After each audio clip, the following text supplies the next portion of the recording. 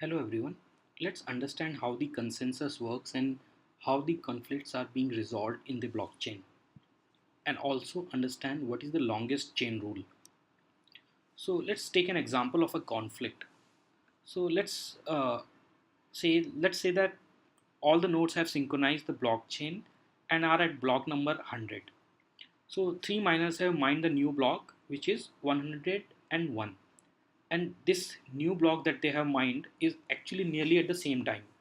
So all of their block has a different signature, hence are not exactly the same because it the timestamp on which the block has been mined may also differ. So since that timestamp is involved and embedded inside the block, or the signature of the miner is also embedded inside the block, this can be called the different block. So let's say that that new block is called 101A, 101B, and 101C. So now the question is, which one must be the final new block, and how will you resolve the conflict since there is a reward associate involved. So in Bitcoin it is now actually 12.5 BTC, but it was earlier 25. So as of this is actually a very expensive problem to solve because 12.5 BTC or whatever the BTC cost is involved is actually a huge cost.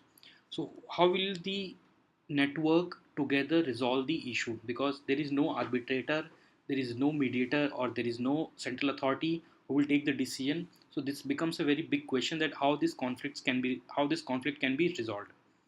So the conflicts is generally being resolved by called something called a longest chain rule, right? So in public blockchain like Bitcoins, the conflicts are easily handled through this tool.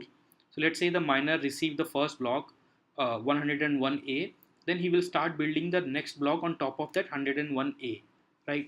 So here, as you can see, that 101A, B, and C, three have been mined at the same time, but one miner who has received 101A first has started building on top of it. Right now, in a few seconds, that miner sees the another block 101B, so that miner will keep an eye on that new block as well and consider it as a branched. So it will become two branches: branch 1A, 101A, 101B, and then it will see another block 101C, right? So since if the new blocks actually since if the next block 102B is being detected, because someone was also trying to build on top of this 101B and he successfully built 102B on top of it, then and that 102B block has been announced by the someone in the network, it means that miner who is actually building on top of 101A will see that somebody has built 102B, he will switch to 101B and will continue building on top of this block. So this means that that particular miner who received 101A since the beginning in the beginning will now switch to this branch and will discard this particular block.